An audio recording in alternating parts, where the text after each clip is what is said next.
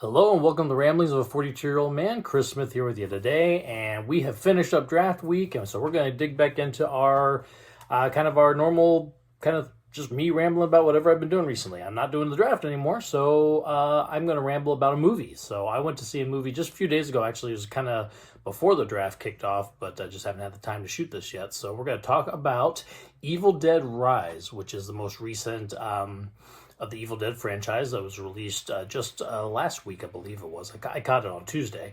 And we'll go into a little bit about the history of the Evil Dead franchise, and then we'll go into my thoughts on the specific movie, how it ranks up maybe some against some of the others, some of the positives, some of the not as positive, and we'll get into final thoughts as well. So stay tuned, and we'll talk about Evil Dead Rise.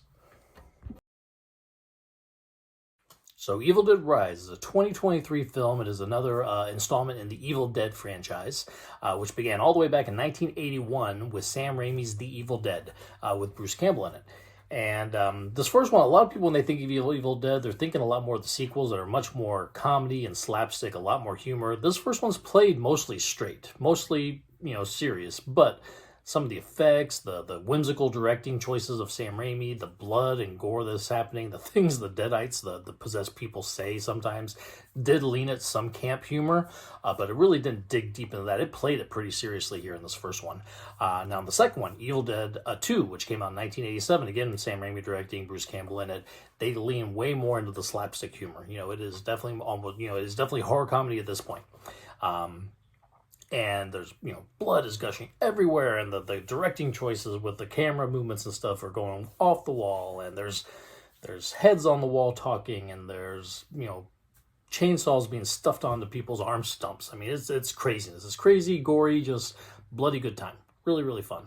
But this is what people think of really when they think of Evil Dead back in the day. The third one's called Army of Darkness. This is actually the first one of the series I ever watched. I didn't realize it was all a series when I went and picked this up in the VHS store one day because I love the cover.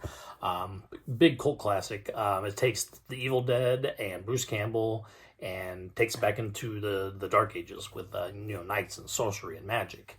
And there's Bruce Campbell with his shotgun, his boomstick as he calls it, kind of time traveling, getting into this vortex that takes him back in the Dark Ages, and it definitely this one leans into humor to an insane amount. It's almost more comedy than it is horror at this point of the series. But so that's our original trilogy. That kind of ended there. That's the last of Evil Dead that we had for quite a while. And then in 2013, we had I don't want to necessarily call it a remake, because it could be in the same world. It's just kind of like up in the future. You almost call it sequel, requel. I don't know. We have all sorts of crazy names for these things nowadays. But this is just called Evil Dead, 2013, directed by Fede Alvarez, who had done Don't Breathe, also with Jane Levy as well.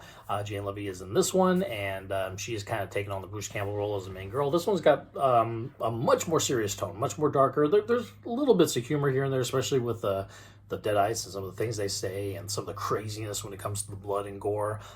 That part is very similar to the original trilogy, but it's definitely much more serious in tone, much more like the first one, even more darker and serious than the first one, I believe.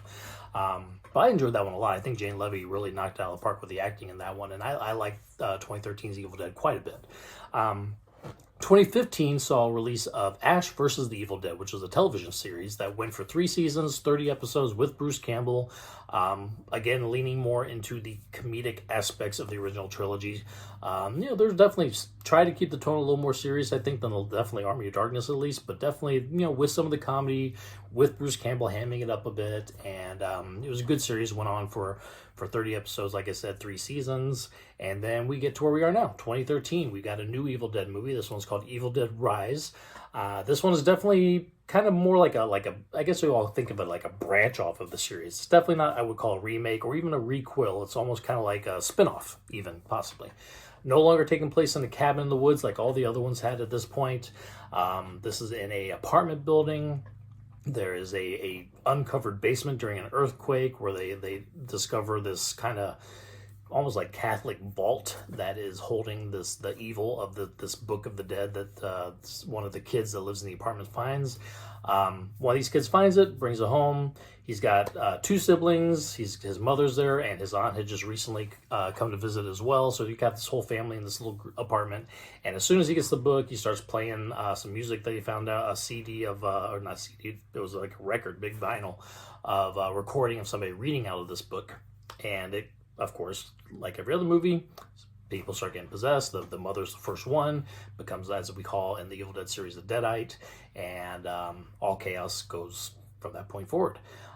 This one is, in my opinion, the most serious tone of all of them. This has taken it like the I almost wouldn't say there's any humor in this at all. I mean, maybe some unintentional humor with some of the way the mom Deadite talks and stuff, but really it is all played for just serious and dark, and you got kids getting killed and becoming Deadites, and you got people chewing on glass and puking up blood everywhere. I mean, some of the comedies, the unintended comedy may just come from the amount of blood that's everywhere. I mean, there's an elevator full of blood, take you back to the Shining days, you know, but definitely is just definitely not played for a laugh. It is played completely serious, and misses some of that whimsicalness that you had in the original Evil Dead films. So a little lack of that there. One of my main complaints with the movie, I enjoyed 2013's, which was much more serious as well, but this one seems just like there was no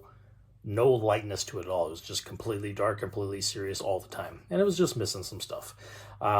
That being said, I thought it was overall good. It's definitely one of the first movies where I felt scared in scenes. You know, I've seen so many horror movies. Most of them I just watch for fun. They're not necessarily scaring me.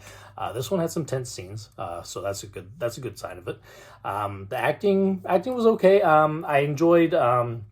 So we've got Lily Sullivan, who's playing the aunt who has just recently come to visit her sister and their kids, and she's done a pretty good job. She's kind of a thankless role. She's in this main character role where she doesn't have a ton to do other than just look at everything scared and run away, and eventually at the end she's get this big moment with a chainsaw that you're not quite sure if it's earned because you just haven't really gotten to know that character much other than her just being freaked out and terrified of everything. You got Alyssa Sutherland, who plays the mom character. I would say that before she becomes possessed, when she's just kind of playing the mom, it seems a little weak. But man, as soon as she gets possessed, she's got the Deadite makeup on. She goes all out. And I think she did a really great job playing just really, really creepy and crazy when it came to that character. Really a highlight of this when it comes to acting is Nell Fisher, who's playing the littlest child, this little girl, probably like maybe 7 or 8 years old. She did a great job. I mean, again, similar to my main protagonist, she doesn't have a ton to do other than just be scared and be terrified, but she does it really well.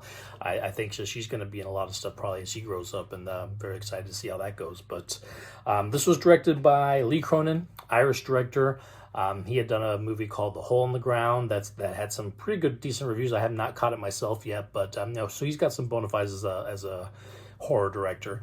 But he definitely chooses to take this straight down the path of serious and dark, and just kind of skips over what made Evil Dead kind of a little bit unique in just the whimsy and the slapstick and the craziness. So a little bit lacking there, but if you're just wanting a super gory, pretty scary, dark movie, I mean, you couldn't do much better than this. This is, if you're looking for that, it's great. If you're looking for an Evil Dead movie, it doesn't quite hit the mark. But for just a cool horror movie, I enjoyed it. I would say that if you're looking for a cool dark horror movie, it's definitely pretty good. But if you're a fan of the Evil Dead movies who's looking for something in that vein, it is definitely a bit different than you will get with those series. So that being said, again, recommend if you just want a good horror movie.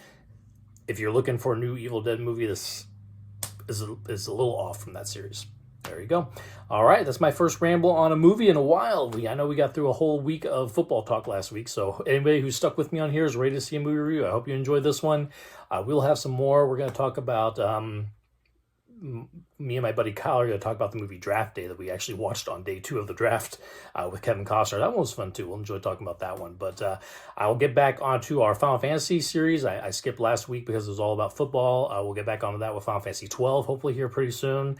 And hopefully I'll be able to start watching some more movies now that I'm not watching a bunch of college football players become NFL players. But thank everybody for always watching. My subs have gone up a lot recently. I don't know if a lot of that was due to the Super Mario Brothers movie that blew up, but thank you everybody who's watched. Thank you everybody who likes. Thank you everybody who posts comments. I love seeing it all, and we'll ramble again soon. Thank you very much. Bye.